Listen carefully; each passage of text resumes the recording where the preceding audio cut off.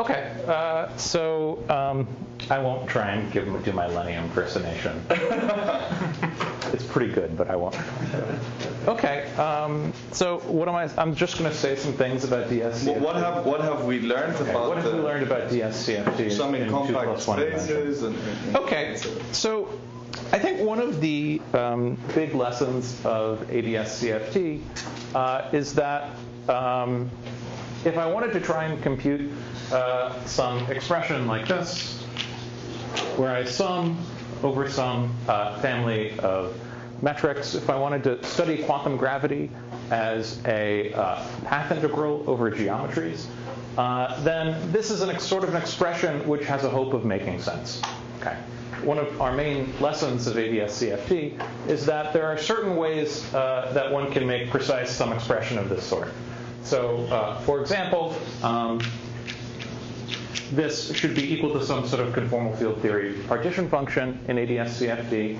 And we've made a great deal of progress over the last decade and a half, I would say, starting with some work of Eric, actually, in trying to make precise expressions of this sort. So now, of course, there's a whole long story about to what extent one can make path integrals of pure quantum gravity, where one only has metric degrees of freedom precise. But at the very least, we've learned a lot about what an expression like this might mean and how we can compute it. So one of the things that I and a few of my collaborators have been thinking about over the last several years is the extent to which we can make quantum gravity, sort of old-fashioned quantum gravity expressions like this precise in the context of de Sitter space rather than anti-de Sitter space. And rather than trying to tell you any specific computations, let me give you a reason to hope. Okay. Let me give you a reason to think that an expression like this, a sum over metrics of some path integral measure might make sense when you're talking about quantum gravity with a positive cosmological constant. This is just 3 dimensions? Well, in general, of course, one might hope to do this in many dimensions. But I'll talk about the case where lambda is greater than 0, and we have 3 space-time dimensions. I mean, the higher dimensional case was, I think, the fact that it didn't work was one of the motivations of starting to do string theory. Yes, yes. So I would like to revisit. Let's revisit. Okay. Okay. So let's revisit why. Okay. Yes. So let me start by talking about a case where one can actually, at least in a sense, make this expression completely precise. So if I'm talking about 3-dimensional gravity, then there's one dimensionless coupling constant, which I will call k. So lambda here is the cosmological constant, which has dimensions of 1 over length squared. K is the coupling constant. This is the thing that goes like 1 over h bar. I've suppressed all factors of c and h bar, but this is what goes like 1 over h bar. And it's the curvature radius in Planck units. So if I wanted to do this path integral semi-classically, what would I do? Well, I would first find all of the saddle points that would appear in this sum over geometry. And I would sum the classical action of each saddle point.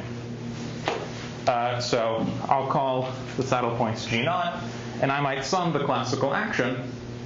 And although I've been suppressing all the powers of 1 over h bar, there's really a 1 over h bar here in the exponent of the path integral. So that means that just by dimensional analysis, basically, this classical action has to scale linearly with k. The manifold is fixed here? No. No. So far I haven't been very precise about what I'm doing.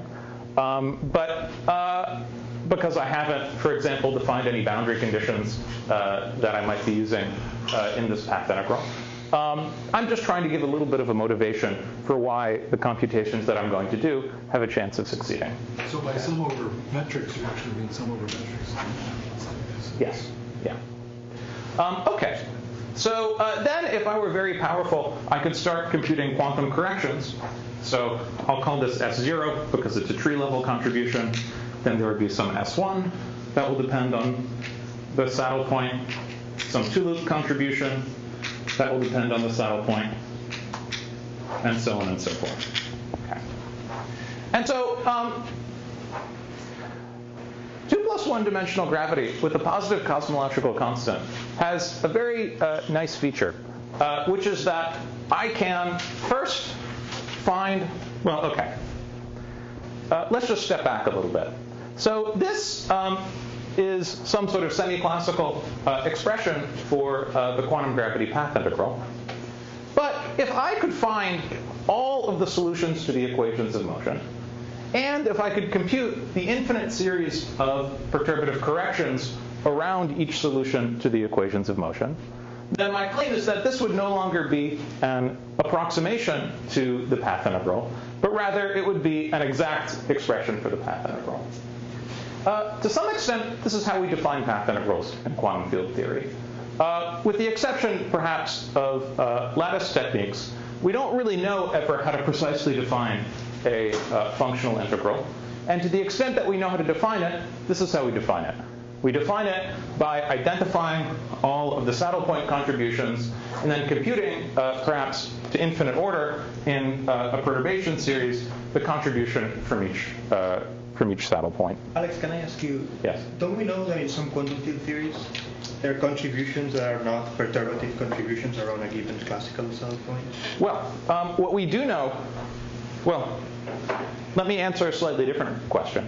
So in real macho quantum field theories, in hard quantum field theories, we know that this perturbation series is only asymptotic and that it diverges, and that in principle there's a lot of very hard work that one should do in order to resum this perturbation series. But there are certain very simple quantum field theories for which that's not the case. And in fact, general relativity in 2 plus 1 dimensions is precisely such a case where we have very good reason to believe that this perturbation series is not asymptotic, but in fact that it truncates at finite order. Okay. This assumes that it's some kind of convergence of this infinite series. Yes. Or do you have to Borel somewhere? Yes. So that's what I was referring to. So in most of the quantum field theories. Okay. Here's Lenny. So they made me give an impromptu. They made you. They made me. They twisted. Dio grabbed me and put my arm behind my back, and it was very painful. What did I miss? Oh, well, I was talking about some of the work that I've been doing on DSCFT in 2 plus 1 dimensions.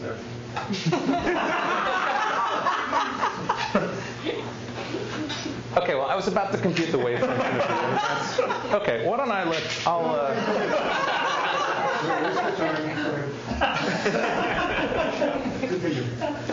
Where did you took the chalk, though? Did I give you the chalk? Here it is. Okay. So anyway. What do you, by the way, keep fixed for on the left? What's the z function of only k? Only k so at this point, I'm imagining computing this only as a function of k. So the stuff that Dio had asked me to talk about is some work that we did last year, where we literally just computed this. Okay. So now, why is this a computation that one would have a hope of actually performing? If you talk about Euclidean gravity with a positive cosmological constant, then all of the solutions to the equations of motion are locally 3 spheres. So if you want to find all the infinite set of solutions to the equations of motion of general relativity in 3 dimensions, you just go to Wikipedia, you look up spherical 3 manifolds, and they're listed there for you. Okay. And the other reason why you have a hope of doing this calculation is that at the level of perturbation theory, 3-dimensional gravity is the same as a Chern-Simons theory. Now, they're certainly not equivalent at the level of the full quantum mechanical path integral, but Chern-Simons theory does provide an extremely useful tool for calculating perturbative corrections. And in particular, it can allow you to compute all perturbative Feynman diagram corrections in 2 plus 1 gravity. The reason why we usually don't use it is that we're usually interested in studying gravity in cases where the Chern-Simons gauge group is non-compact. So we don't really, so it's not very easy to study. But if you're studying de Sitter gravity in Euclidean signature, the gauge group is SO4. Okay. And so it's very easy to study. And so in particular, one can use that to extract this full perturbative series without ever doing any Feynman diagrams. Did you also fix the topology of your space? We did not. Sorry? We did not. Okay. But then I don't even know what it is you're computing. What is the meaning of what you're Okay. What is the meaning of what I'm computing? It's the norm of the Hartle-Hawking wave function. Isn't that one? Yeah, that's one of the things I would. Okay. My claim is that in fact, when you do this sum, so there are a couple interesting features of this sum. So the first is that it turns out that the sum is not regularizable using, so in ADS-CFT, as you know, there's a very similar sum that one can do. And that sum is regularizable only in very certain special cases. And in general, it's not regularizable. And that's usually a signal that there's something wrong with the quantum theory. And it turns out that the same thing happens when you have a positive cosmological constant. In fact, in no case is this wave function normalizable. So Z of K diverges? It diverges in a way that we can't regulate using any of the standard tricks in quantum field theory for all values of K. What's K? K is the coupling constant. It's the de Sitter radius in Planck units. Okay. Now, in the analogous ADS-CFT. As it diverges a large volume or what? No, it diverges. No, it diverges. It diverges. It's an integral over G. It diverges in the place because of the terms in the sum where the volume of your spaces is Planckian. Oh, it diverges a small volume. Absolutely, yeah. Now, okay, so where does so now let's try and understand where that divergence comes from. Okay. So I'm going to claim that it's essentially very closely related to a non-perturbative instability of de Sitter space. Okay. So in particular, so this is a computation that one can do where one essentially computes just a number. Okay, it's just some function of k. There's not very much that you can learn just by computing a number. What would be much more interested in computing is the actual value of the wave function itself. Okay. So in particular, what I would like to try and compute is the wave function, say, as a function of the metric on some space-like slice. Now, in general, of course, yeah. This is just the wave function. As I remember, in 2 + 1 dimensions, it's basically a pure phase. Okay, let me get to that, actually. Okay, that's exactly what I'm going to get to. Good. So what I would like to understand, however, is the physics of the wave function of the universe. And so usually the way that we would imagine computing this wave function of the universe is as a function of a 2 metric on some fixed spatial slice. And in general, of course, that's a very hard thing to compute. But one place where you might imagine that it's relatively easy to compute is when the volume of the spatial metric gets very big. So if you're near Scri plus in de Sitter space, then you would expect this wave function to take a relatively simple form. And indeed, I think this is what Lenny is referring to. When the volume of the spatial metric gets very big, it just becomes a phase times some function that I will call z that depends on the conformal structure of the spatial 2 metric. And in the language of the DS-CFT correspondence, this is what people call the partition function of the Euclidean CFT that lives on Scri plus. Okay. And so one way of interpreting the DS-CFT correspondence is that it's computing for you a piece of the wave function of the universe. It's not computing for you the full wave function of the universe, but it's computing for you that piece that determines, for example, the dependence on the conformal structure at future infinity, where you ignore all of the volume stuff, because that just lives inside some phase here. I think that's the same phase that you're referring to. Well, it's the fact that it's just a pure phase, which I would think makes the wave function diverge in large volume.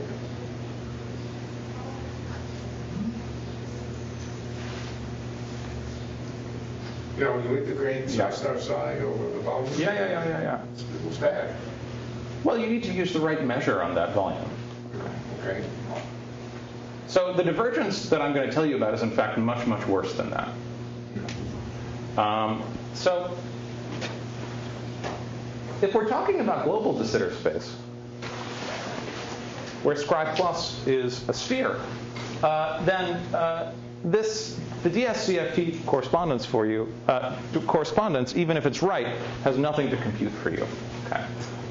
Because the conformal structure of a sphere is completely fixed. Okay? It's just a point. So what you would be much more interested in doing is computing for you the wave function of some more interesting geometry. So in fact, there are geometries that are locally de Sitter that in fact would have, say, a torus at future infinity rather than a sphere. Then there's one conformal structure parameter tau that fixes the conformal structure of the torus. And one could imagine computing psi as a function of tau. And so the way that we at least are performing this computation of the wave function of the universe is actually using an analytic continuation trick, which is different from the usual analytic continuation that one does in the computation of the Hartle-Hawking wave function. So the original analytic continuation that defined the Hartle-Hawking wave function was an analytic continuation just of the signature of space-time. But what Juan pointed out almost a decade ago now is that there's a second analytic continuation which provides an equally good, say, definition of the Hartle-Hawking wave function. And that's the analytic continuation where you continue not just the signature of the metric, but also the cosmological constant, the sign of the cosmological constant. So we could go through that in a little more detail if you like. But there's basically a picture that you can draw which makes it clear. Well, I don't know if it makes it more clear or less clear, but at least it's a picture that you can draw that you can have in your head when you're thinking about these analytic continuations. So if you draw the de Sitter hyperboloid here, then the usual Hartle analytic continuation that one does that defines the Hartle-Hawking state is useful if you're trying to compute the state along some fixed time slice, say t equals 0, where you imagine gluing in some Euclidean geometry, okay, say half of a sphere, and then if you perform the path integral on this Euclidean geometry, that defines for you a state. Well, that's useful if you're computing the state at time t equals 0, but we're interested in computing the state at t going to plus infinity. And in that case, there's another Euclidean geometry that's useful. So if you imagine the de Sitter hyperboloid as sitting in some space of one higher dimension, then there's another hyperboloid that sits in that space of one higher dimension, which is the ADS hyperboloid. Okay. I guess I shouldn't call it ADS. It's really Euclidean ADS. So this is the hyperbolic plane, otherwise known as Euclidean anti-de Sitter space. It also sits embedded inside the space of one higher dimension. And indeed, as you take t going to plus infinity, the Scri plus of de Sitter space coincides with the asymptotic boundary of this hyperbolic space. And so what Juan pointed out is that if you want to compute any correlation function in de Sitter space in, say, the Hartle-Hawking state, then that's identical to computing the correlation function in Euclidean anti-de Sitter space. And so, in particular, any computation that you would want to do of the wave function of the universe in DSCFT, you don't even really have to call it DSCFT, but any computation that you would want to do of the wave function of the universe out at Scri plus can be recast as a sort of vanilla ADS-CFT calculation. But now it's anti-de Sitter space with in Euclidean signature, rather than the standard sort of Lorentzian picture of the ADS-CFT correspondence. Do you get the same answer? I mean, they're just continuations together or something? They get the same answer. What Juan showed, which is the important point, is that the boundary conditions that we usually use to define the Hartle-Hawking state in de Sitter space are identical to the statement that your wave functions are smooth in the interior of anti-de Sitter space. So we could work that out if you like. It's actually just a one-line. It's actually just a one-line statement. It's a little easier to see if you draw the Penrose diagram. So if this is the Penrose diagram of de Sitter space, then this is one horizon. And one way of defining the Hartle-Hawking state is by saying that your wave functions have some nice smooth behavior as they cross this horizon. That the expectation value of the stress tensor is nice and finite. Your wave functions vanish in some nice way as you approach this horizon. And then if you just write the metric of de Sitter space in those coordinates, so this is the metric of de Sitter space. Okay. And then if you do the analytic continuation, where eta goes to, say, IZ, and L goes to IL, then this becomes, if I've done everything correctly, the metric in Euclidean anti-de Sitter space.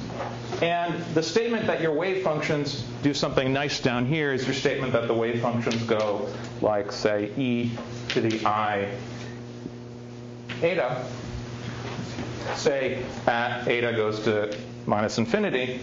Then analytically continues to some statement that your wave functions all vanish very quickly deep in the interior of anti-de Sitter space. So one should point one thing out, that this continuation works very nicely for light fields, like the metric. It's not that, but this is not. Let me say one more thing. It's not as if the whole theory of ADS in any way maps to insensible theory of de Sitter space. Yeah. That's definitely not what's going on here.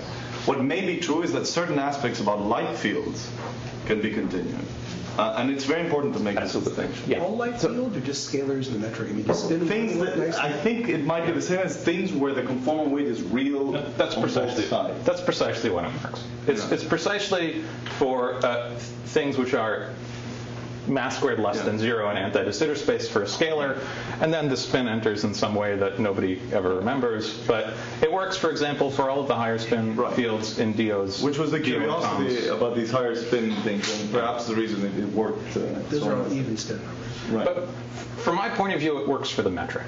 Okay. It works for the gravity sector. And I mean, if for those of you who've read Juan's paper from roughly a decade ago when he computed higher point correlation functions in the CMB, one of the things that he noted in that paper is that all of the stress tensor, all of the metric correlation functions, all of the 3-point functions and so forth in de Sitter space near Scri plus are precisely those that you would find by analytic continuation from anti-de Sitter space, not just at tree level, but at all orders in perturbation theory. So all of the I epsilons that would go into defining the Green's functions that you would use for computing loops in de Sitter space are precisely those that would analytically continue into anti-de Sitter space. Okay.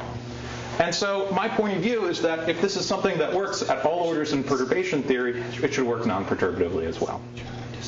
And I know precisely how to compute this in Euclidean anti-de Sitter space.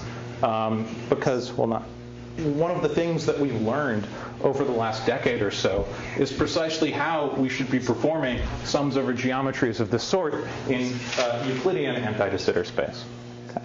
So in fact, then, if I want to compute this wave function of the universe, I don't need to work very hard because I and many other people have done a lot of work computing this wave function for you.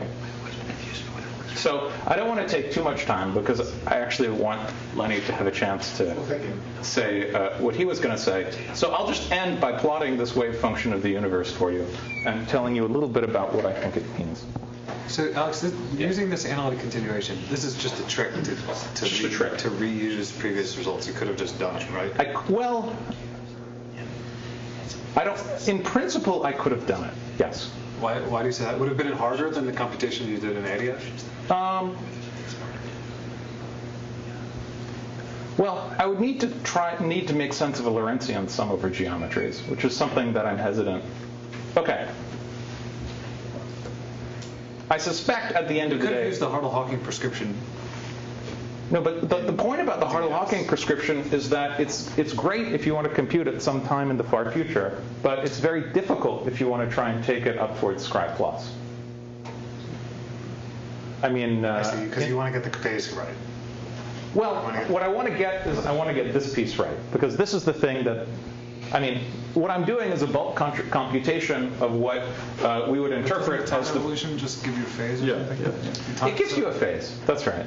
Okay, yeah. So... No, you should have access to that from the regular... yeah, I guess in principle one should, but... you have to find the right public sounds. Near Scri+, I know exactly what this phase is, but in the interior, that's something very complicated. Okay. So I won't say that it's necessarily harder than what I did in ADS, because I haven't tried to do it in DS. But the reason why I haven't tried to do it is I already know what the answer is. Okay, using this prescription. So let me just plot it for you. Alex? Yes. Before you plot it, in de Sitter, Z of H2 hat is the same as the boundary wave. If you take H2 hat to be the conformal structure, conformal class of the matrix, yes. the ADS boundary, yes. compute the partition function. Yes. Of all ADS3 geometries with H2 hat. Yes. Boundaries. It's the same thing, right? It's the same thing, but you have to take C to IC. This would correspond to an analytic continuation of the central charge. Okay. I mean, one of the problems in the DSCFT literature is that different people use different conventions for how they normalize the stress tensor of de Sitter space. So, like for example, in Andy's DSCFT paper, the stress tensor is normalized in a way such that the central charge is real, whereas in Juan's DSCFT paper, in as much as that paper is a DSCFT paper, the normalization of the stress tensor, which is sort of implicitly the one that I'm using here, is such that the central charge is purely imaginary. Okay, so let me plot this wave function for you. That's not a convention that is purely imaginary. No. I mean, it's the natural. It's the convention. It's the convention. It's the right convention in the sense that the wave function. If you wrote down the wave function for some perturbative field, it would be a Gaussian, a normalizable Gaussian, rather than a wrong sign Gaussian. Yeah. Sorry, there's only one answer for the wave function. Yeah. No, the wave function for 2 + 1 dimensional gravity contains a Leopold term, an exponential of a Leopold term with a pure imaginary sign. I know. That's right. That's right. That's not a convention. No. That's right. That's right. But I think that if you were to trace it through, I think that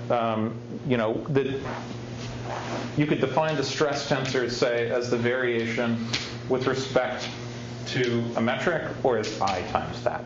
You can define what you want. Yeah, and there are places in the literature where some people, I think, have implicitly chosen that I. Okay, so I'm just I was making a comment on some apparently contradictory statements in the literature that are not, I think, actually contradictory. Not that I've gone through and traced down every single occurrence of this in the literature. Okay. So let me plot this for you. Okay. By the way, I should say this is something that Alejandro Castro and I are doing. Okay.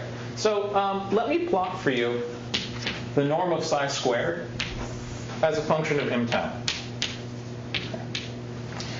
So in particular, what I'll do is I'll just focus on a square torus. Okay.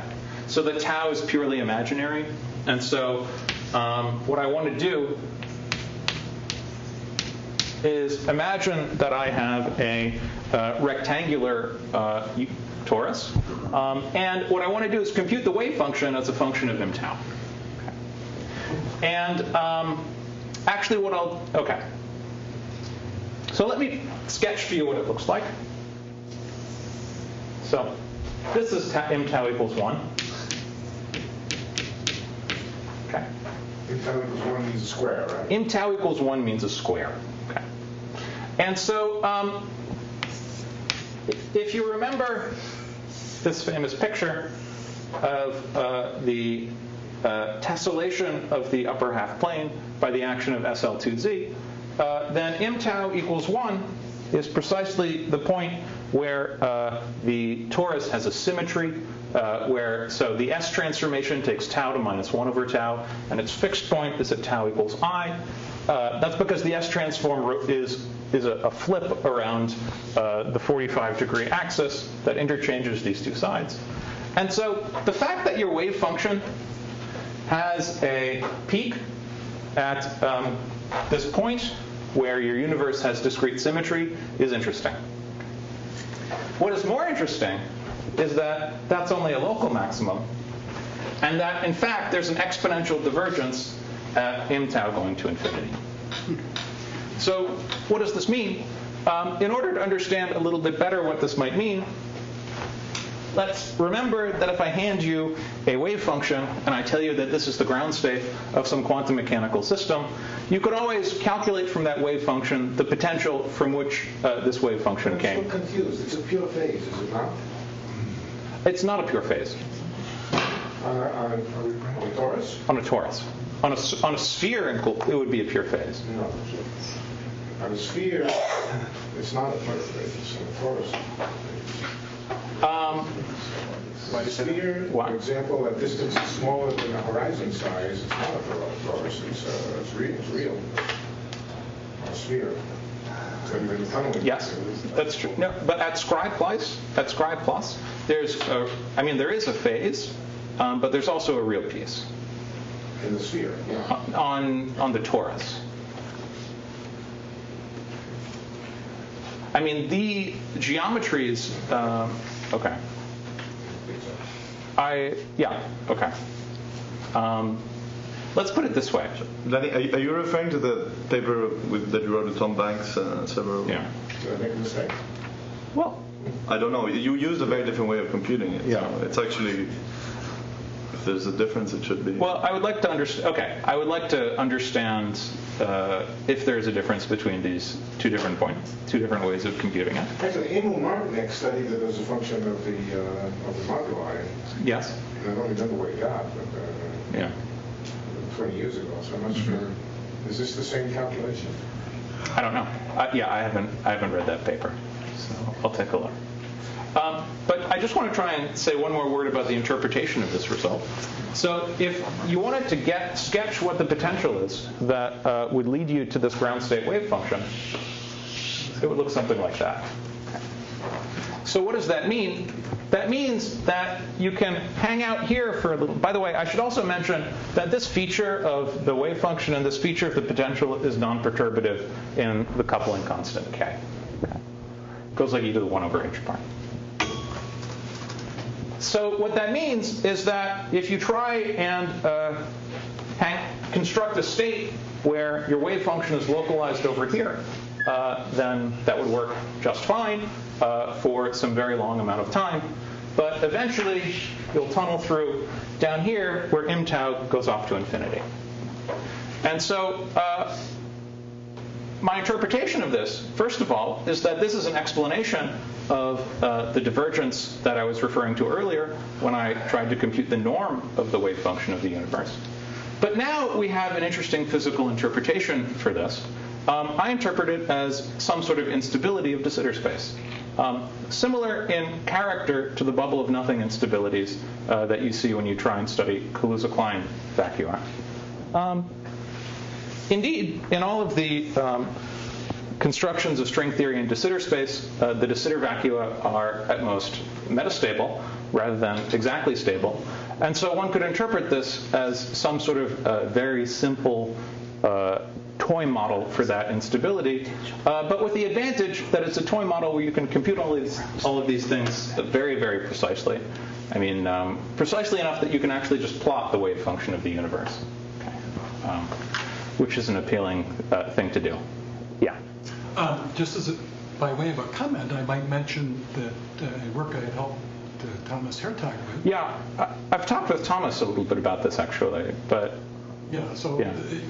But we are able to sort of move up to Scribe Plus, yeah, if you like, because taking this formula for the integral, making a leading information approximation, you get complex saddle points. Oh, yes. Right, which and complexity is essential, right? Because that's what leads to predictions of classical histories by the yes. usual WKU yeah.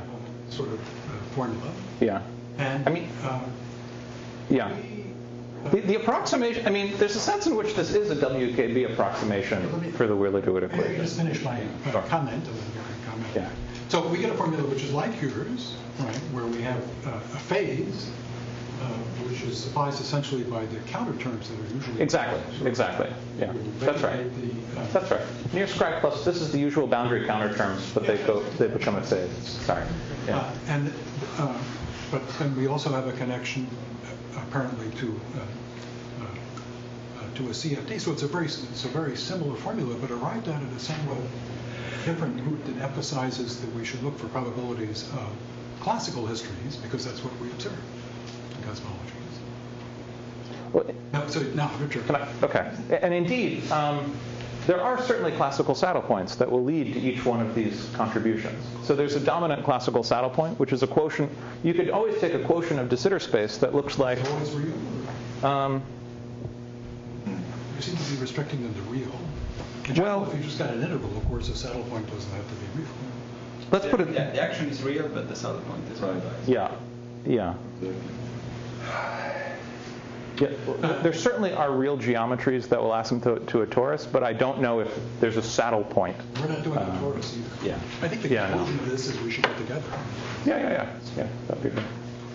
You started talking about summing over topologies at the beginning. Is this result dependent on that fact that you have multiple topologies contributing? Yeah. Is there some kind of intrinsic regulator that cuts off the complexity of the topologies, or is it somehow a result of summing an infinite number? It's a result of summing it. Well, okay. It's a result of summing an infinite number. That's right. In the present case, I could tell you which there's a particular saddle point that leads to this feature. Okay. It's hard. I mean, it comes from some complex. It's sort of a complex saddle that's arrived at by an analytic continuation, so it's hard for me to give a name to that saddle. In the standard Euclidean ADS-CFT correspondence, I would say this is something related to thermal ADS, and this is something related to the BTZ saddle. So I'm reinterpreting those in the way that Juan taught me to do. Okay. He may not like me blaming him for this, but yeah. How does the sorry. So I had mentioned last week this indication of instability from the growing variance. Yeah. And this looks completely different then, is that right? Yeah, it's non-perturbative. It's non-perturbative. I mean, all the perturbative stuff is over here. How does the phase of the wave function behave in this region or largely top? The phase is something very simple. I don't remember what it is, but it's something very simple. It doesn't depend on income? Well, I'm just plotting through the norm, which is all that I happen to remember. I arrived late, but this is the sum over all the saddles? Yes. And you didn't get infinity? No. I mean, I regulated it in the same way, in the black hole fairy tale manner. But it's regularizable. No, but here you're fixing the topology at the future. Yes. But there's still a potential divergence because there are an infinite number of saddle points that contribute. Okay. There's one more comment. I mean, I'm really interested in the question of whether if you go up to higher dimensions where the classifiability of four manifolds is at issue, whether the CFT somehow automatically sums over these.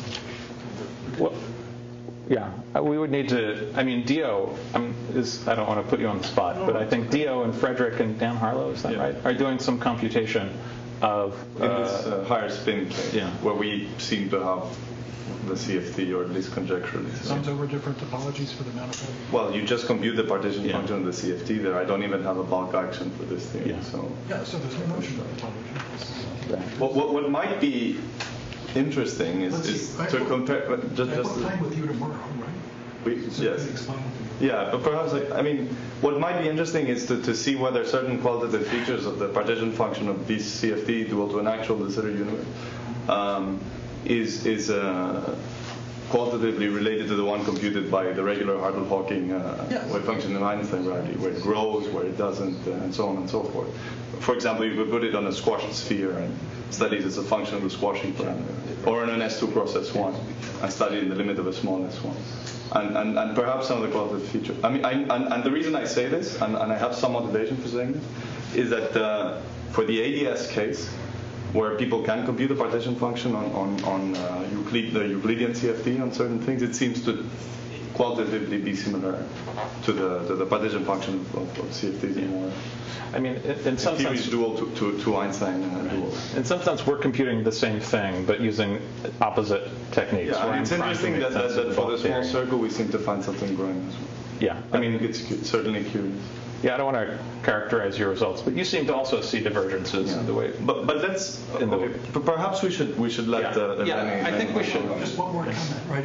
We don't expect the wave function to be normalizable in the space of all three geometries or something, because the old canonical story, the information about time, right, is contained in the three geometry. So we do expect it to be normalizable on a slice. Mm-hmm.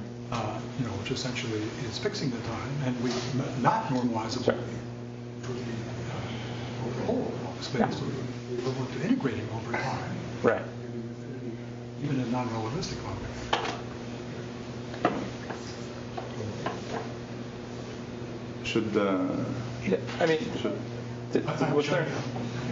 Was there another comment or? Yeah, I think the Hartle-Hawking, but I think you used this in your story, but that the Hartle-Hawking wave function can be computed on different topologies. Yes. And it has the same behavior up to an overall sign as the ADS partition function in the same topology. I can explain this more if you want. Okay. So. How much you explain of this? Yeah, no, I sort of implicitly referred to this analytic continuation, but I erased it right here. Yeah. But yeah, I think our original intention was to have Lenny give a continuation of his talk this morning, and so I was just talking because Lenny was off running some errands at lunch. Yeah, I'm the warm-up. Do you want to take over? Yeah. Here. Oh.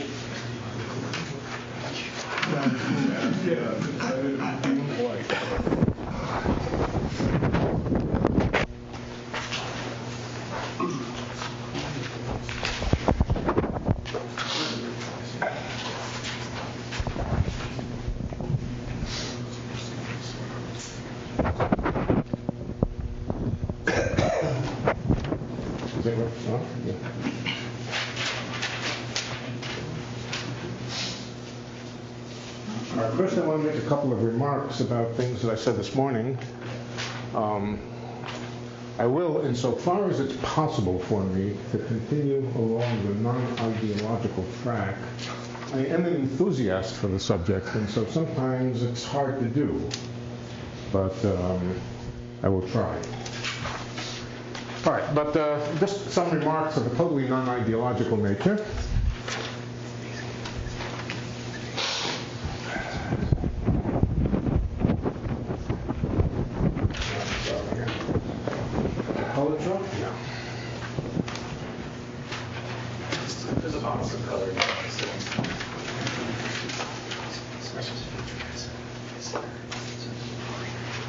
The first comment is that the conformal structure of future infinity at least insofar as the tree model has any validity, has very little to do with quantum mechanics.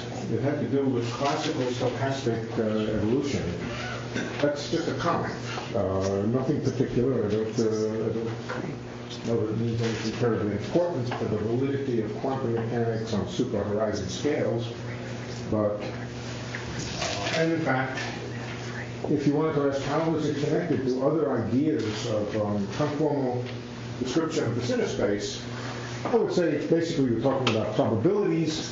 Probabilities don't mean psi, they mean psi star psi. Psi star psi is something that you integrate over to calculate probabilities. And so psi star psi is a function of fields and metrics and so forth. Then just integrating over psi star psi is itself a kind of field theory. We call it a double version of VSCFT. Double because it contains a psi and a psi star. And the question is, one question is it possible to give a good derivation? Derivation is too strong a word, but a good argument that would say that psi star psi itself evolves in some sort of stochastic way that by a master equation, the kind that I wrote down. I don't know the answer. My feeling is that on these very large scales, that quantum interference and so forth, apart from the fact that I don't even think it means anything, I doubt that it's important. I don't know what it would mean to quantum superimpose universes on global scales, but that's just a remark. But does that mean so do you have in mind working within quantum mechanics, or that you generally? I don't know what to make out of quantum mechanics on scales bigger than the horizon, and I'm going to just be agnostic about it, that's all. I think it remains to be seen how we should think about physics on those scales. A comment that I didn't say, but I should say right now, these correlation functions that I talked about in the case where there are terminals, keep in mind eventually the entire probability distribution fades to zero relative to the terminal vacua, and that we're talking about conditional probabilities. The kind of conditional probabilities that correspond to correlation functions of the kind that I calculated are, for example, for the one-point function, what is the relative probability that causal patch is in state in versus m, given that it has not been swallowed by a terminal? What is the relative probability, or what is the probability for a patch over here and a patch over here, or a causal patch over here and a causal patch over here, to be in state n at point x and m at point y? That's again a conditional probability, given that both points have not been swallowed by terminals. That's the relative probability. So that's the structure, this fractal flow structure, the mathematical structure, is the structure associated with term count. When you say probability, usually in de Sitter space, to define a probability, one needs to define a cutoff surface. Yeah. So you're going to, when you say probability, you're just choosing a level in the tree. Yes, that's and then correct. doing the Sitter space on that level. And we can ask what are the many different definitions of time that corresponds to, and I will come to that. Okay. The answer, as far as I can tell, is it's what Raphael and Fraggle will call Lycombe time. It's essentially that. I'll tell you why that is. It's a time not in which volume grows exponentially, but it's a time in which the number of causal patches, the number of disconnected causal patches grows exponentially. Now, in a single de Sitter space with a single Hubble constant, it will be exactly the same. But if the Hubble constant can change from place, the Hubble constant, I mean the cosmological constant, can change from place to place, then there is a difference between that time, which measures in which the volume is exponentially increasing, and in which the number of causal patches is exponentially increasing. I can say why very simply. Volume is volume, so let's write down volume.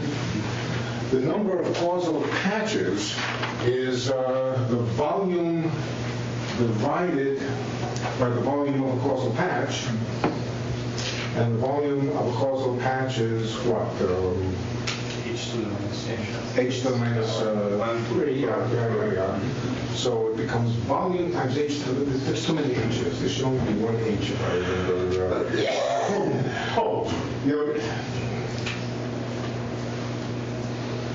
There's some extra power of H here. Well, I think it's just H to the 1, but at the moment I don't remember why. Number of causal patches, I think, is volume times H.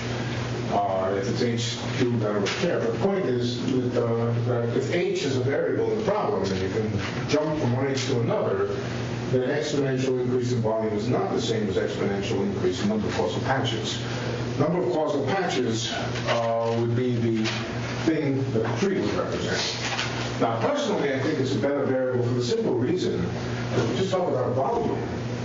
Well, what metric should I measure volume in? Should I measure strain metric? Should I measure it in Einstein metric?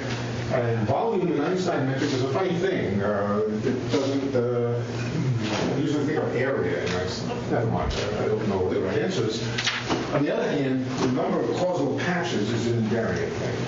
The number of causal patches, if DST equals infinity and has some surface, the number of causal patches that you can put onto here is a more invariant thing. It doesn't depend on the definition of the conformal rescaling of the metric. So I like it better. At the end of the day, there really is no known principle, I think, which tells us how to distinguish from one time to another at present. That may be where quantum mechanics comes in. I don't know. I will use the definition that comes from the tree of counting the level on the tree, and that is the number of causal patches. The number of causal patches is the number of edges on the tree. And so I think it's closest experience to one. Yeah, so you define the tree somehow a priori, and then you populated it with some probabilities. That's right. Now, in the inflation, there will be some probability that you branch into a new vacuum or don't branch and so on. Yes. So that looks a bit different because the branch into a new vacuum topologically, or just that the H changes? No, let's say that the H changes, or for example, these causal patches are defined after the tree was made and after you've gone into a particular vacuum and so on. So that the tree itself is a random variable. The number of branches you have and how close they are. The number of branches may be something ultimately that you might want to consider a statistical variable. Very possibly. I don't know. It certainly could be something. I wouldn't expect it would change the qualitative nature of the answer very much. But again, all sorts of good questions. All right, another issue which I think I can be more definitive about is the nature of these conformal fields. These conformal fields were connected to things I call I. They were connected, they were transforms of the variables I called M, which are simply the label of which kind of vacuum you were in. They refer to the properties of a whole causal patch. There's no sense, as far as I can tell, in which you may want to think of them as large-scale versions of ordinary fields that exist within the causal patch. I don't think that's their nature. I don't think that's what they have to do with. I think they have to do, instead, with counting populations of different kinds of causal patches in M on a vastly bigger scale than one causal patch. All right, if we believe that such things make sense, we call these multiverse fields, either the I's or the M's. They all have extremely small dimension. That's based on the assumption that the rates gamma are all small. The dimension of these fields I was all of order the decay rates gamma. If the decay rates are small, it means these are very, very small, exponentially small. It means that the dimension of all these fields is very small. In other words, it says that a non-perturbative description of an eternally inflating de Sitter space will involve a huge, I'll call it a discretium, a huge discretium of very, very low dimensional conformal fields. They should be there, but they are not things which you would see by extrapolating ordinary fields from within a causal patch. That's something to be aware of, and I think it's part of the difference between ordinary single patch physics and this broad global view. Okay, those are my preliminary comments. In fact, most everything I have to say this afternoon will be short, I hope, I think, and not much longer than what I just said. Well, that may be wishful thinking. All right, now I want to get into some things which, if we allow ourselves, we would certainly get ideological about. It's issues about measures, questions that can only be answered with some kind of appeal to some kind of anthropic conditions, anthropic issues.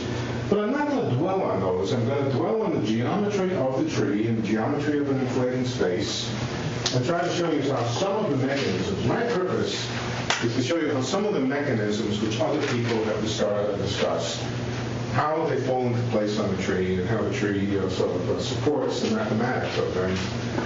I will not try to be convincing that this is the right thing to do.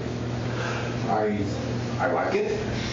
It works nicely. It has some elegance to it, but I have no real idea what the underlying principle is that tells you that this is what the thing to do. In particular, the way that you choose time. Okay, so my time is going to be the time of the tree, and in that case we can make some definitive statements about populations and population distributions, population ratios at a fixed tree time. And that's what I'm going to dwell on. That's what I'm going to think about. What I would like to answer is the question. There's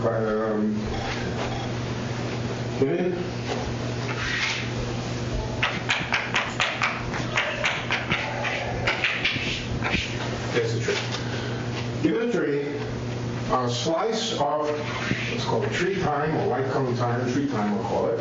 On a slice of tree time, what is the relative number? Now, David, let's control ourselves. The relative number of observers in patches of type N versus type M. Okay. Now, that's clearly something which is going to depend on what we mean by an observer. It's going to depend on biology. It's going to depend on all sorts of things, and I don't want to get into that. I want to avoid that. I want to extract out the geometric pieces of this question, the geometric pieces of this question which are implicit in the structure of this growing tree. Okay. I will have to add some kinds of ideas about observers. And so let me spell them out.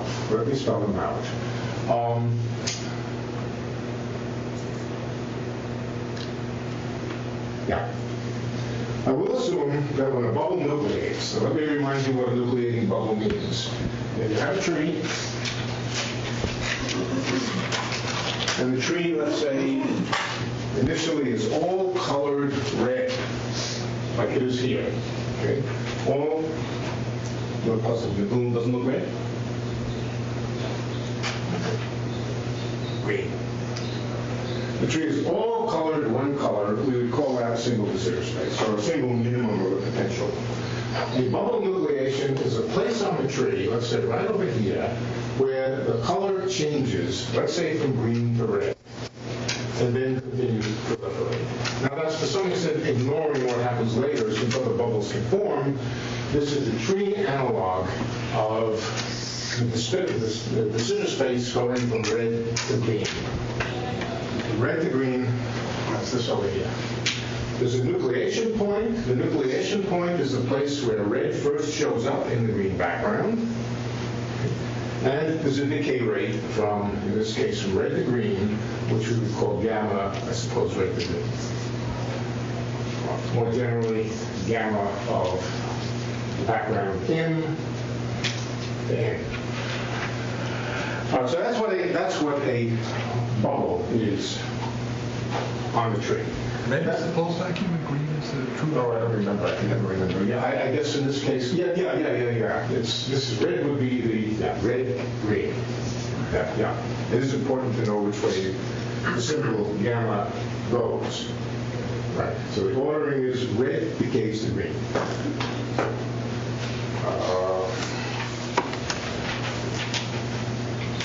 Now I will make another assumption. I will make an assumption that when a bubble nucleates, as over here, there is a finite amount of time, depending on all sorts of physics in that bubble, depending on the nature of chemistry, depending on the nature of biology, depending on whatever, and all sorts of microphysics, all sorts of things, there is a natural time scale after nucleation when observations can take place. And I'm not going to be very precise about it. I'm just going to call that time scale tau observer.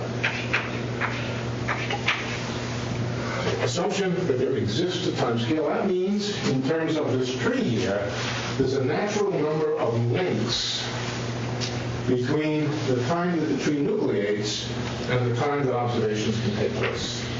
And I don't know what that time scale is. I'm not going to guess it from any particular vacuum. I'm just going to assume that it exists. And of course, it depends on the vacuum in that you decay to. Some vacuums, the time scale for evolution of life might be 10 to the minus 10 seconds. If chemistry happens fast enough. In others, it might be 10 to the 500 years. I don't know. But it's some function of n, and I'm going to use that as one of the inputs, the observer. So input is something I want to get some statistical information about. I want to get as best I can some statistical information about it. The other input, or the other idea that I will use, is that when a bubble nucleates, if you look in the backward light cone of a future point, in other words, a causal patch, a single causal patch, there is some characteristic amount of matter that is created. The matter could be created by reheating or whatever, a characteristic amount of matter in that causal patch, and that amount of matter corresponds to the creation of some number of observers. The main thing I'm going to use is the scaling of that number with cosmological constant in this daughter vacuum here. And the way you calculate it is very simple. You say all things being equal, and I'm interested in two vacuums which are in every way similar, apart from the cosmological constant.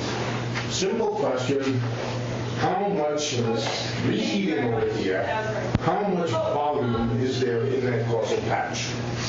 How much volume is there in that causal patch?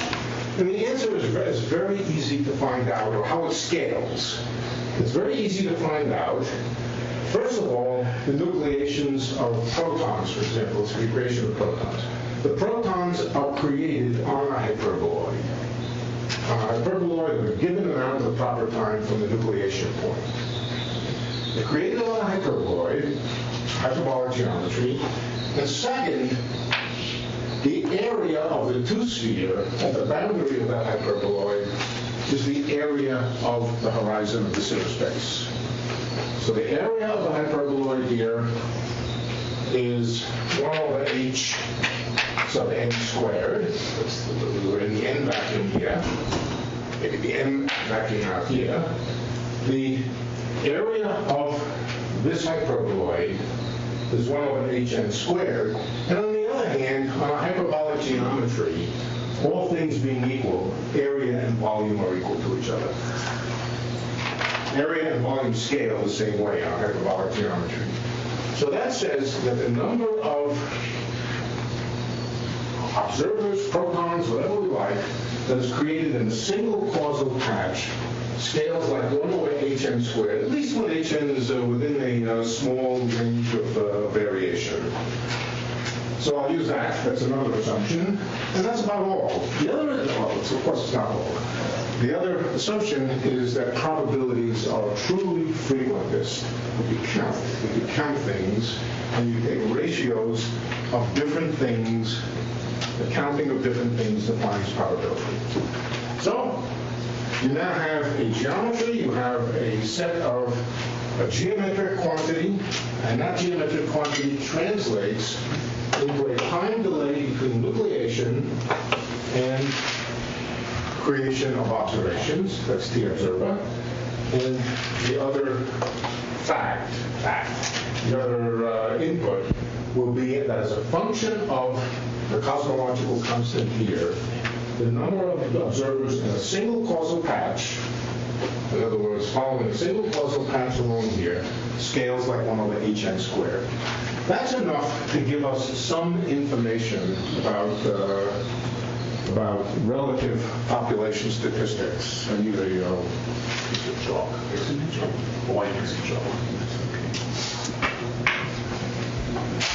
Do I understand correctly that rather than counting, a simple thing to do would be to count the numbers of the different, the colors of the different points at your slice? No, you're counting more than the colors. I know. Colors and how many in this case, you're inventing a weighting system on that. It's like a probability weighting on the slice that counts each color with the weight. That's right. And this would be the way that you average.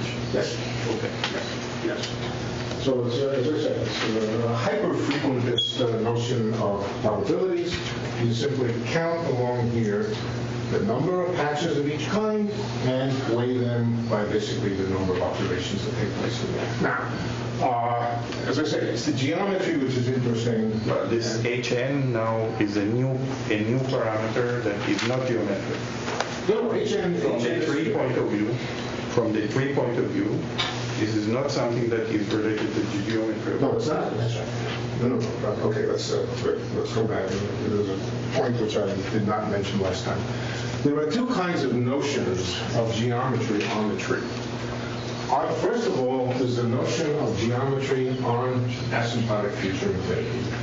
That geometry is the geometry of the p-adic numbers. Okay? And I gave you an example. The distance between 2 points basically has to do with how far you have to dip in. That's a notion of geometry appropriate to the infinite plane here. There's also a bulk geometry.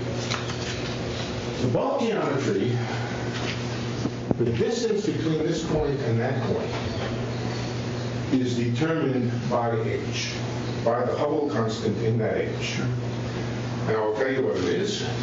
Delta tau along there is just equal to 1 over h.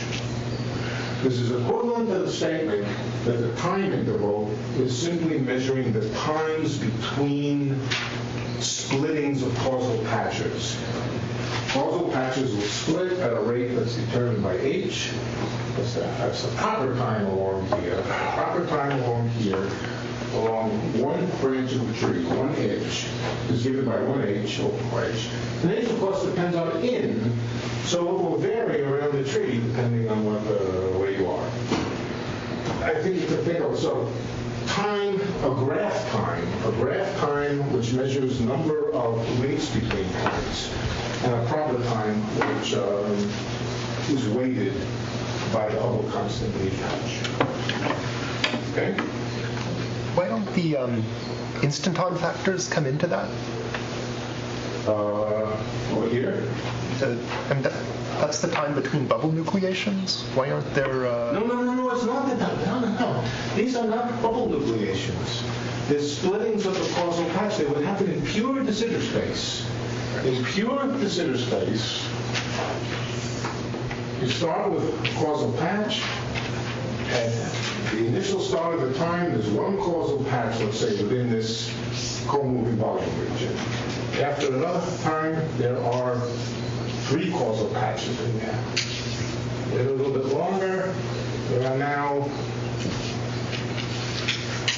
The causal patches are splitting. They're proliferating. This is not bubble nucleation. Bubble nucleation is a change of color. Bubble nucleation is a change of color. This is just pure expansion. reproduction of volumes. But reproduction not of volumes, but of volumes weighted according to that weighting factor that we were talking about before that counts the number of causal patches. Okay? So this is important. Do not think of these as bubbles being proliferating here. They're causal patches, and it's only when a causal patch changes its color that we think of it as a bubble nucleation. It's a little bit, it takes a little bit of time to get used to it, but it's, Why is the amount of matter created, let's say when you actually do a bubble nucleation, doesn't depend on the difference in heights of the minima? Yeah, sure it does. Sure it does in general. But we're talking now, I'm thinking about what I'm after is weighing different cosmological constants within the range of 10 to the minus 123 or something. Now, the number of protons that are produced during reheating within a causal patch is totally insensitive to the density of them. The density of the produced protons is totally independent of the later cosmological constant. What does depend, for example, if the future cosmological constant was 0, that would be your diagram, right? And then you would go back from here, from infinity, and you would see an infinite number of them. If this final cosmological constant is not 0, you wind up looking back from about over here, you see a finite number of them.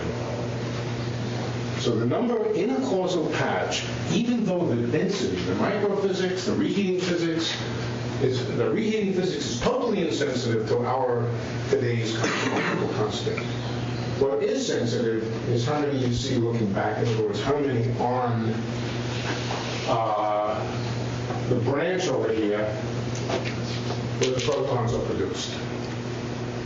The branch is a causal patch. Now, this is a piece of geometry, a pure piece of geometry that you sort of need to get used to. And it does play a role in the final answer. Okay, so let me write down some factors now that are obvious factors in counting the number of observations or observers or whatever we like to call it that take place at a given type of vacuum at a given level, U0. U0, think of it as a cutoff. Ultimately, we're going to let U0 go to infinity, and we're going to ask how many observations of each kind take place on the surface U0 as a function of n. Really, ideally, I think we would like to integrate up the number of observations taking place below the cutoff, but it doesn't matter because in an exponentially increasing population, the integral is completely dominated by the endpoint here. So we can try to count. What's going to be in there? Well, first of all, there's going to be, let's suppose, for simplicity, that the protons are created in the first two-folding of, I'm going to ignore slow roll inflation until we come back to it. It doesn't change the answers. But let's suppose the protons are created over here. How many of them are created? Well, this is a single causal patch. Each line on this diagram is a single causal patch. How many of them are created? The number is 1 over h sub n squared. That's how many are on that patch, so that will be there. There'll be other microscopic physics factors having to do, but they'll all scale as some density of protons produced and so forth, and they will be totally insensitive to Hn. Totally insensitive to this tiny cosmological constant that we're trying to explore, 10 to the minus 123. That's where we're aiming for a probability distribution of our late-time cosmological constant. Okay, so 1 over Hn squared. Oh, there's other things.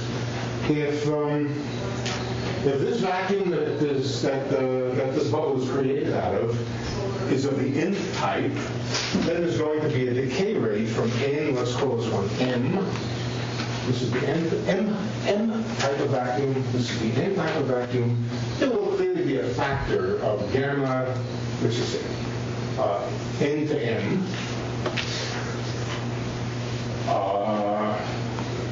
No, this is Hn squared, I'm sorry. This is the cosmological constant in the final vacuum here.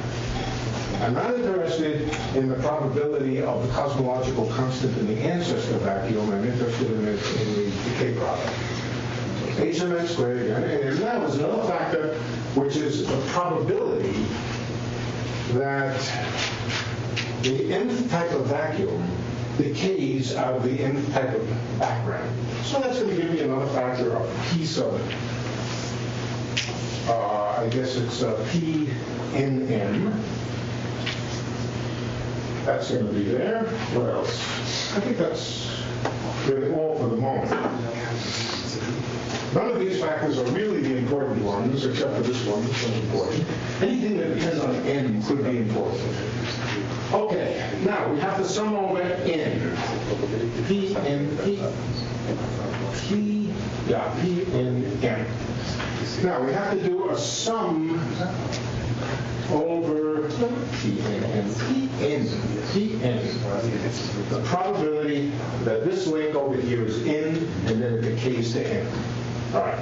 So we clearly have the sum over n.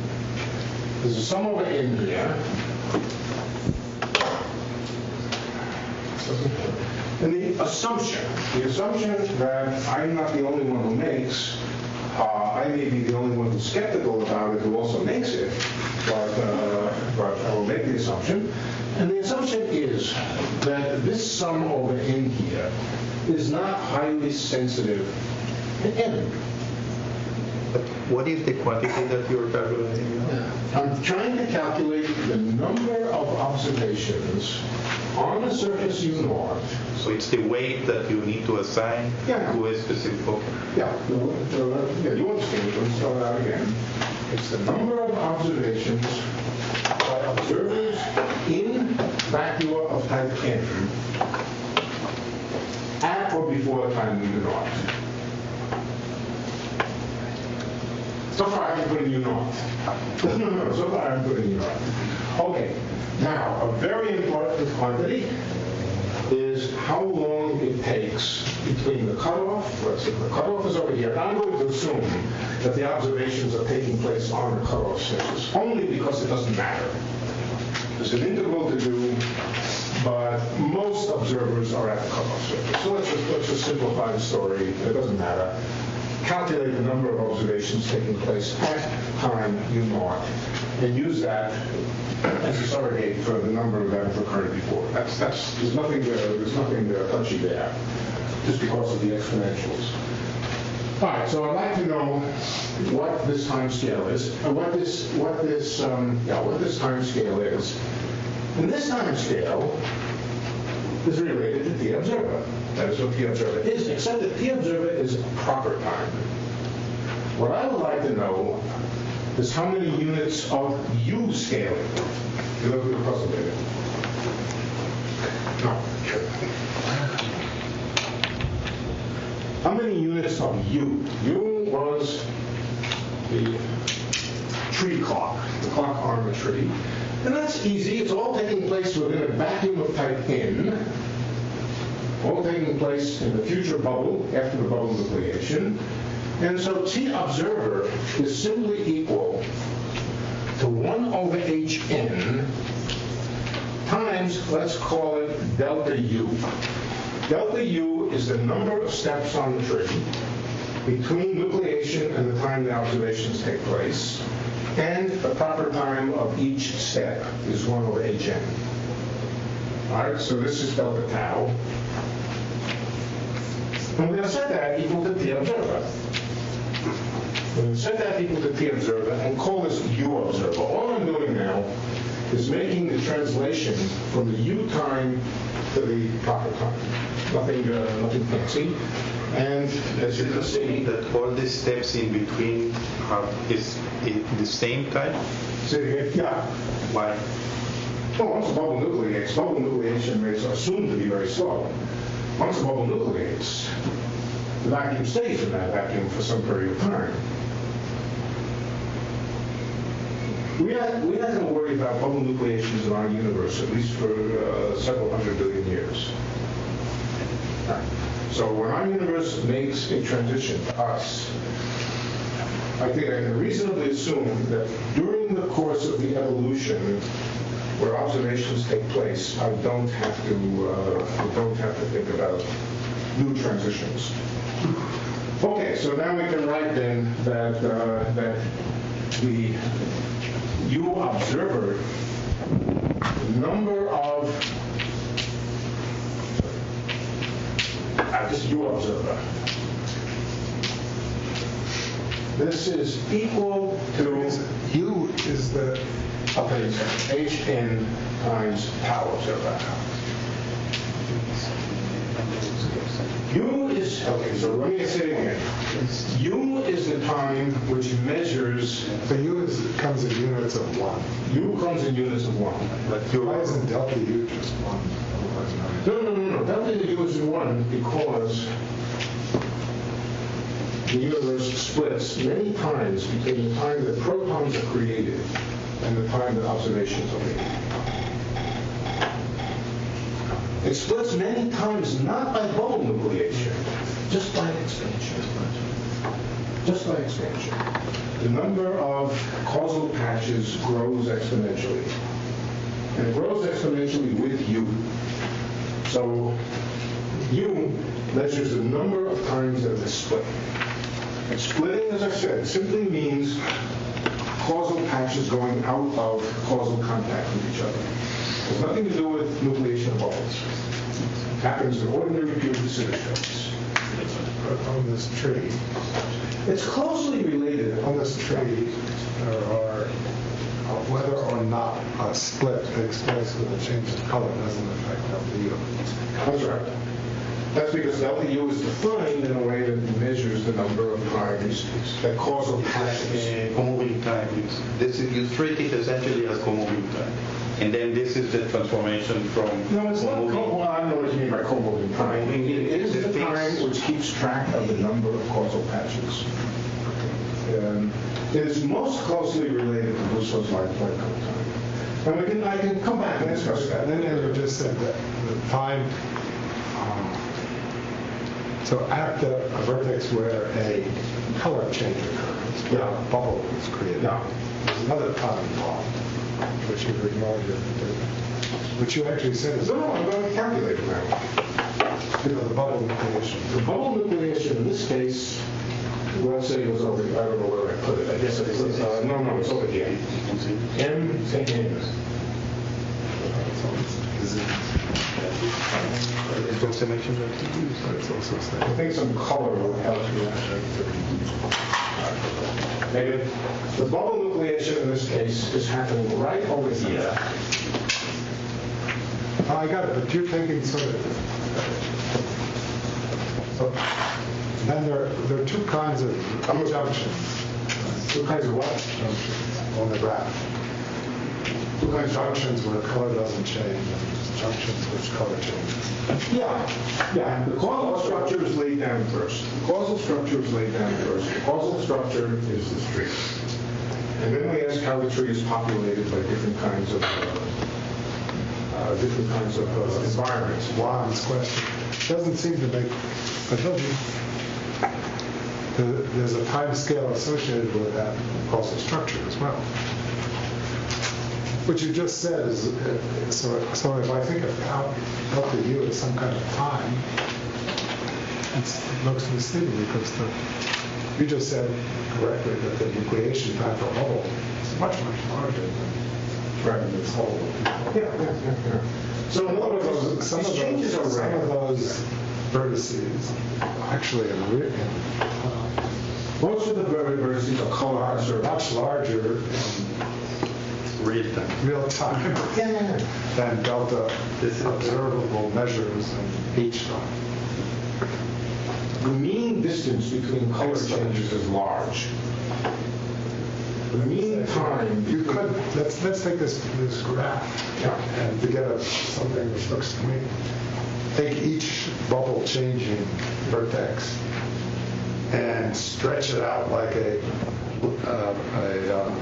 ellipse, a line. The bubble changing event is sort of much larger than those. The bubble changing event is an event. the mean time between bubble changing events is large.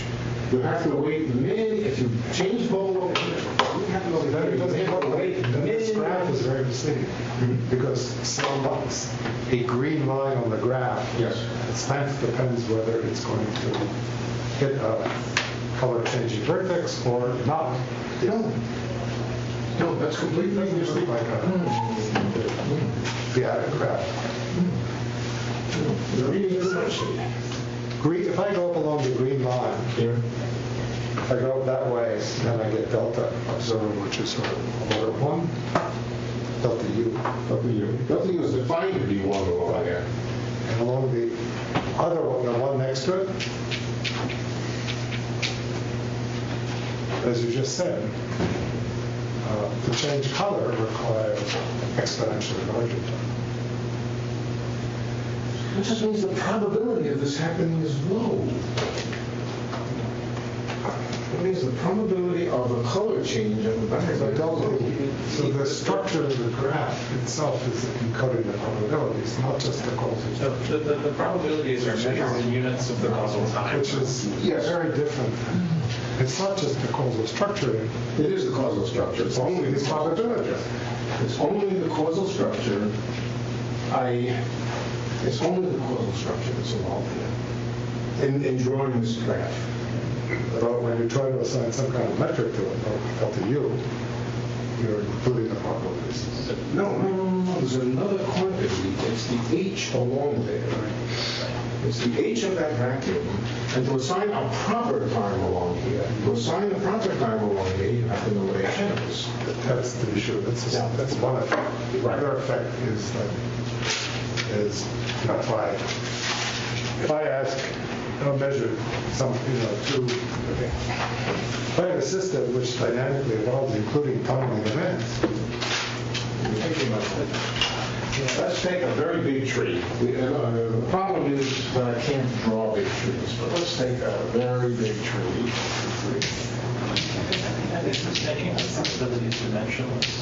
In this morning's talk, there was only one tree. Now we go through each vertex of the tree. We go through each vertex of the tree and we ask, did or did not a color changing event happen? So a tree has no color attached to it. It may start out, for example, having some color. Let's assume it starts out green. Let's assume it starts out green. All right. We go to this point over here. Is there a color changing event over here? Well, probably not. Most likely not. There's tiny probability that a color change takes place. So we keep going. Then we ask at this point, did a color changing event take place? Probably not. We probably keep going. How about over here? Well, every so often a color change will happen. Oops.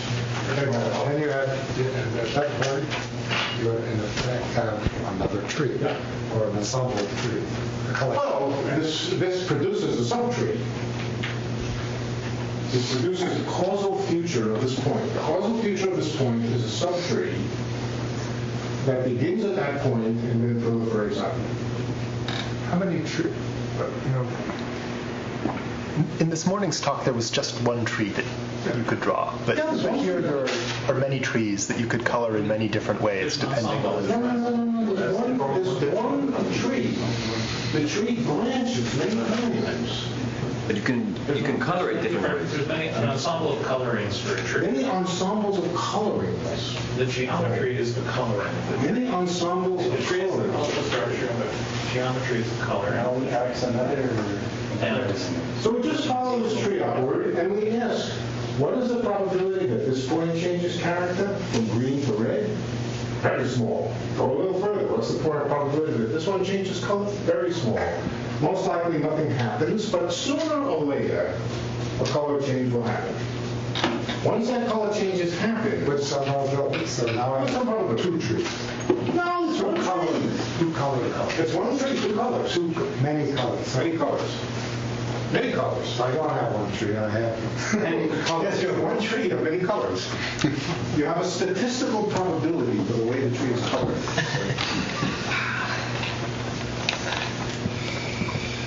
It's what's called a branching Markov process. It's a branching Markov process with a very slow rate.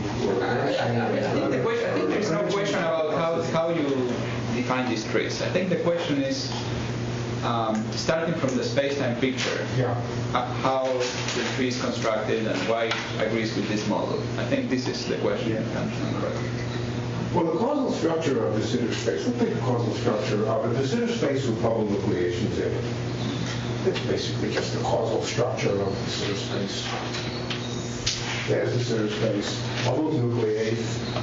And nucleate rarely. Bubbles within bubbles. Bubbles nucleate within bubbles. The causal structure is just the causal structure of the lower half plane with the causal structure was laid down once and for all by saying that this has a future time-like boundary, which is space-like. That's about all there is to it. Once you've laid down that causal structure, you then start asking how it gets populated with bubbles. Bubbles are changes of color. Now, one second. To define a tree, one needs two things: vertices and dark edges. Edges, right. Now, so when I look at this causal structure, there are two kinds of vertices. Many kinds of vertices. But the ones that, if there was no nucleation rate, you would also have a tree. That's just a green tree, let's say. Topologically, it's the same tree, it's just a color. No. Topologically, it's the same tree. Topologically, it's the same tree with the same causal structure. Causal structure, now you weren't here when I explained what causal structure is. Causal structure is just a question of whether a particular node is in causal future or past of another node, and it just means whether you can send a message.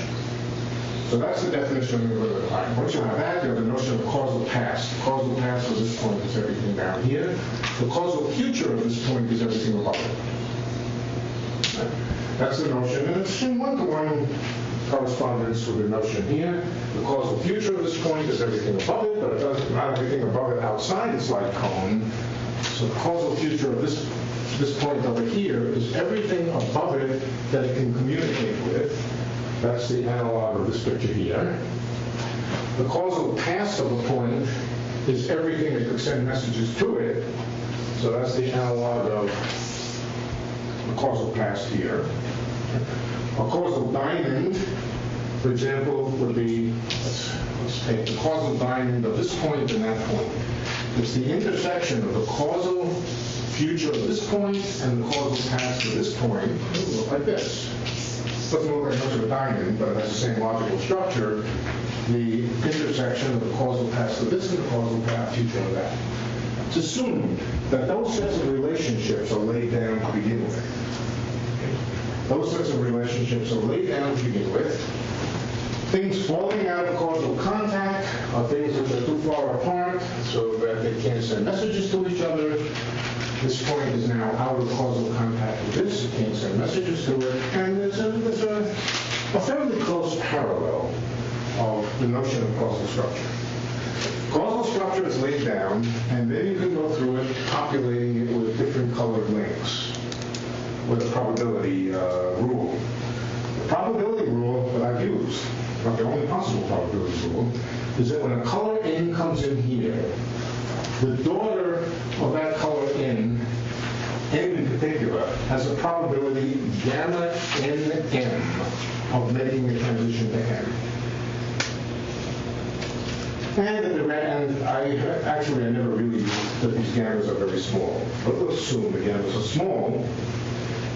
Then, if you know that this is N, then it's highly likely that the vicinity of it for a long time and a long distance will also be of type N. Just because the gammas are small. It's equivalent to the statement that in de Sitter space, if you know that you have a region here which are one thing. What about bubble collisions? Because, I mean, you're sort of assuming that you can in this bubble collisions.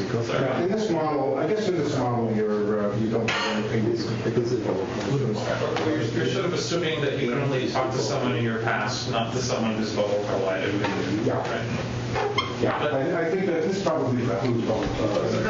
Wait, but I thought because of this sort of fractal structure, it's Scri plus, you have an infinite number of bubble collision events in your past life cone. There's an infinite number of transitions. If you go to future infinity and go back, there'll be an infinite number of transitions, not bubble collisions. Yeah, no, there's certainly an infinite number of transitions, but I thought you also, let's say you end in a Minkowski terminal, then wouldn't your bubble, wouldn't there be an infinite number of other bubbles that have collided with your bubble?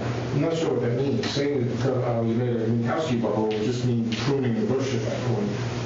But, that's the level of sophistication with which I've studied transitions to terminals. Just erase them. But if I just look at the causal diagram, you sort of have this fractal causal diagram where you are populating it with the nucleation events at all levels. Right. Then at the corner where your de Sitter Scri plus hits the Minkowski diamond, aren't there an infinite number of bubble collision events there? There are. But, okay, so those are not in your model. No, just, no, that's not here. I think that's right. I think they're not. How important they are, I don't know. Okay, so good. All right, so we have the notion now of U observer, which is tau observer times Hn. Meaning to say that from the nucleation of the bubble, on the average, you will wait a number of E-foldings, two foldings of the number of the causal patches in here. Since this is all one color, it really is just a number of two foldings. Tau observer is a proper time. Hn is an inverse proper time. U observer is an integer in this case, but a dimensionless measure of how many E-foldings take place between nucleation and the time observations. Okay, that's all it is. Okay, now that tells us something interesting. That tells us something about where this nucleation point takes place. Given that life exists at New York, you know. New York, you know. So far, without entering into life, the weighting system that we were proposing is basically compute the volume of the causal patch for a specific right. This is the scheme. Yeah, roughly. That's essentially right. Right. So the volume. That's right. And the volume on here, because 1 over h squared is 2. Is the area that there easily could be lots of other factors. Sure.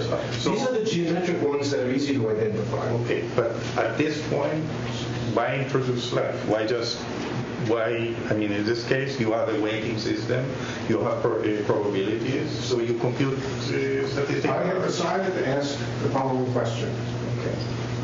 What is the number of observations of each type that take place on this tree as a function of the cutoff and as a function of the type of observation? That you asked.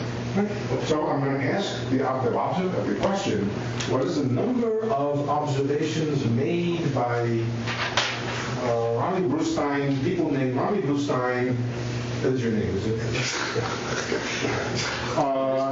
In universes, in bubbles of a given type, we're just collecting population statistics. And trying to keep as geometric as possible without making as few assumptions as we can. I certainly don't think there's no assumptions. Let's get to the punch. Get to the punch. All right, good. Okay, so here is, I would love to get to the punchline. This is your observer. That's the amount of time you have to go back to New York. Okay. And now we can ask how many such bubble nucleations are there? Since the tree is growing and doubling exponentially, let's say from the start, this is going to be weighted by the factor of 2 to the U nucleation. It will be a factor of 2 to the U nucleation. The longer it takes for life to form, the deeper this point has to be down here relative to the cutoff, and therefore the fewer the number of points there will be on the tree for it to nucleate. This is the essential, this is really what's going on. The longer it takes life to form, I'm using life to form as a substitute for whatever the right idea is. The longer it takes life to form, the deeper into the past the nucleation point has to be. The deeper into the past the nucleation point is, the fewer the number of sites that can happen. Exponentially fewer. Right? Because the tree grows. Have you go backward along the tree and ask how many branches are there at a given level, it decreases as you go down.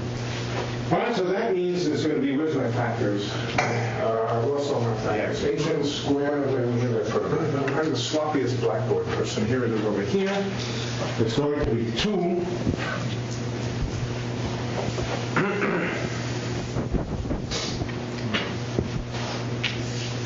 To the power, now it's either to the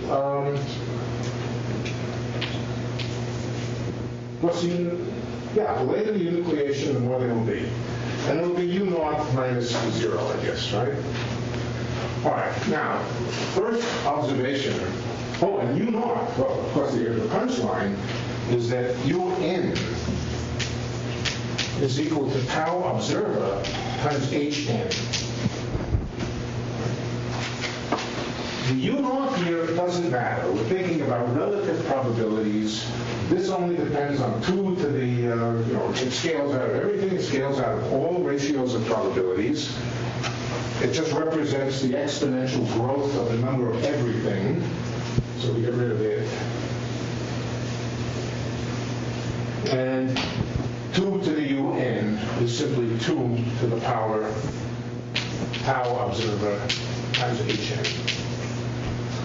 The sum over n here, I will assume, not because I know it's true, but just because it's an assumption that other people make, and I will follow it for today, that this sum is not highly sensitive to n.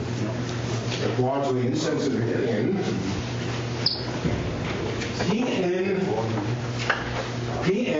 Pn could, for example, be the dominant probability distribution Bn that I discussed last time. Right. But whatever it is, it doesn't depend on m. I'm confusing my m's and my n's. M is the final state, n is the initial state. So the point is, there's some factor here which I take to be, this factor here, which I take to be relatively uninteresting, for 1 over hm squared.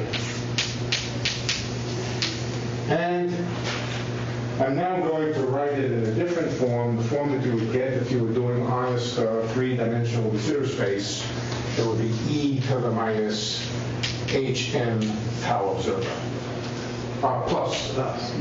Minus. This has to be minus. The longer the observation time, the smaller that's going to be. The longer the observation time, the deeper into the past you go, the fewer sites you have. So it better be e to the 2 to the minus e. So we have a version of the Youngness paradox here? Yeah, it's a very weak version of the Youngness paradox here. That's exactly right.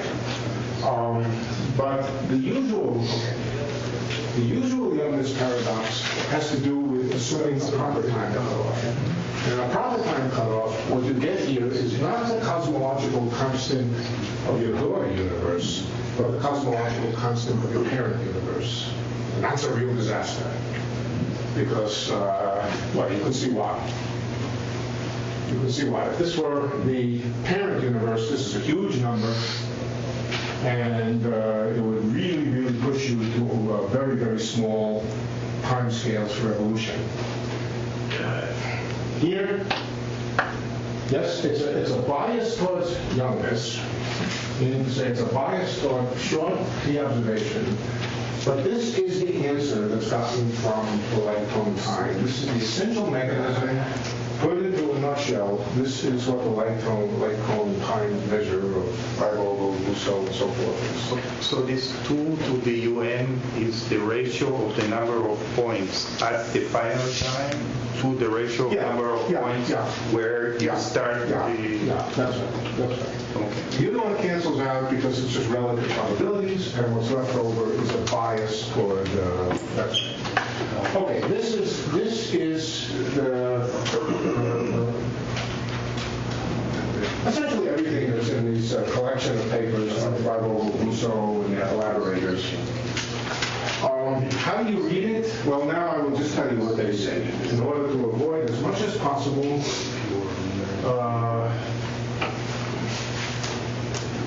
ideology, I will say what they said. It is a fact that they said this, so it's not subject to ideological debate. And I actually have my misgivings about it. I don't know whether they fully make sense or not. The way that, this incidentally should be thought of as the probability in the sense of frequentist probability per unit, not h, but per unit lambda, cosmological constant. Assuming that that all other priors are nice and uniform and not bunched up near lambda equals 0. This is the assumption that of uniform, what should we call it, population on the landscape near lambda equals 0. Now this, of course, is one over lambda, and so what Raphael and company observed is that this is not normalizable. Not normalizable near lambda equals 0. Their view of it is that this really does push you to the lowest, somewhere near the lowest values that are consistent with life. Other than that, it pushes you down to the very, very lowest cosmological constants. And the other half of it would be to look at this piece here and say the meaning of this piece is, given that this has been pushed to the lowest point on the landscape, think of it as a probability for how long it takes for a t-observer. In other words, think of it as a probability distribution for the relative size of the time scale of chemistry relative to the time scale of gravity. Would you agree that to have this frequentist interpretation relevant for our observations, the typicality assumption? Yeah. We can surely debate that with good reason. Well, this is supposed to be a non-ideological discussion. What's that? It's a non-ideological discussion, right? Yeah. Therefore, would you agree it's an assumption? Oh yes, absolutely. Yes. As I said, my purpose here is to try to just explain to you the mechanisms in a simple framework where it's easy to see what's going on. I don't think this adds one whit to the debate about whether this is a sensible thing to do or not. If you ask me what I think yes, it's a sensible thing to do, but I think I feel a little bit queasy about some of it, so I wouldn't be too. But here's the picture, and as I said, Raphael and company think of it basically as a prediction for that the cosmological constant should be essentially as low as possible. But having given that, this becomes a probability distribution for when observations are made. So this piece of it would have to do with a coincidence problem. This piece would have to do with the smallness of the cosmological constant. Can you say in a few just simple words why it came out 1 over lambda? I mean, I sort of. Okay. That was something like that. Well, all right. You do this. The causal patch is the essential unit of structure.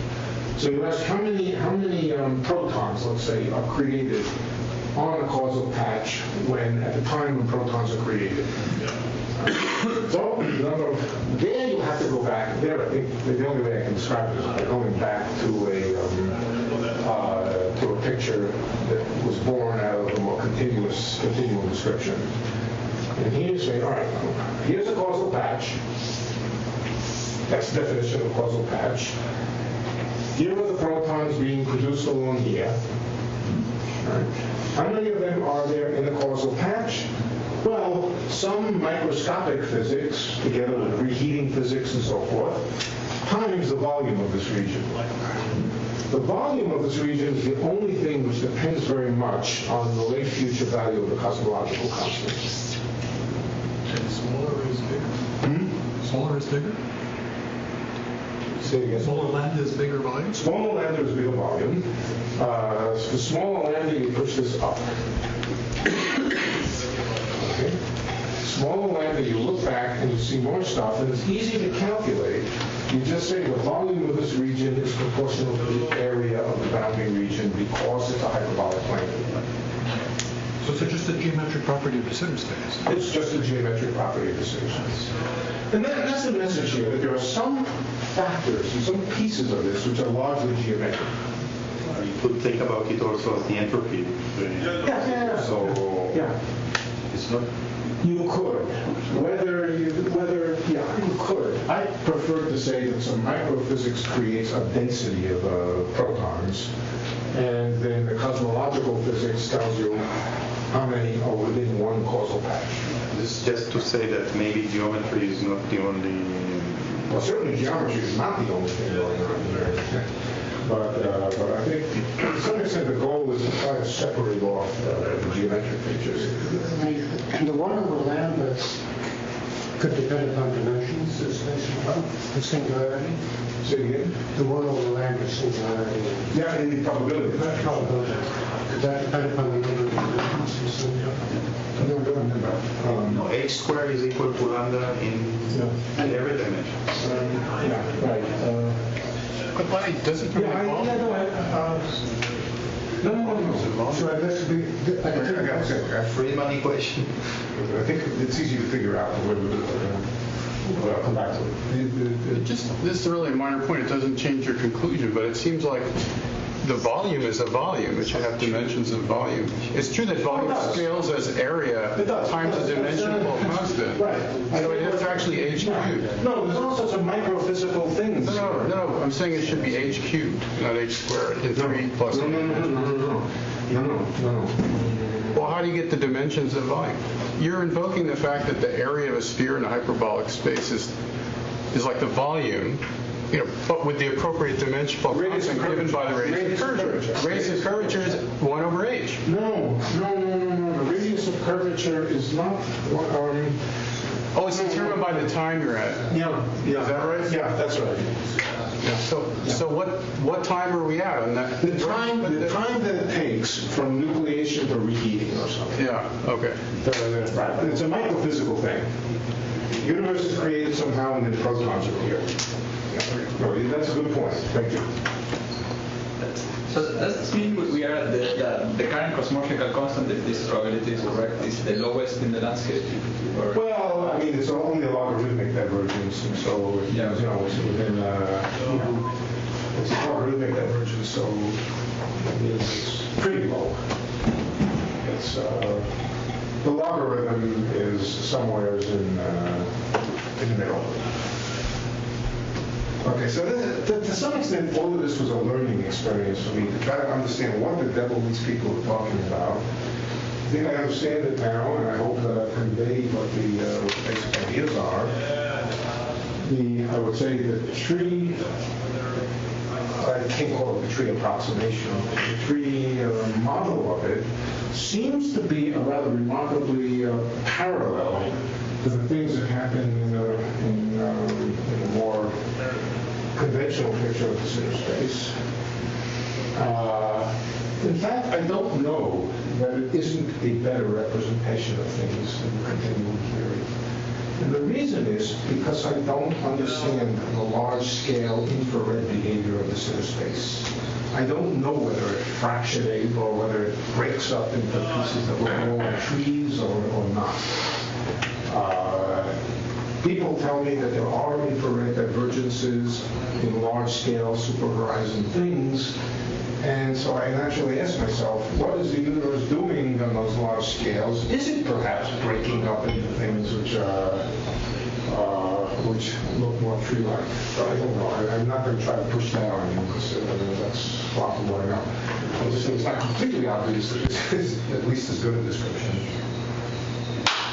Thank you.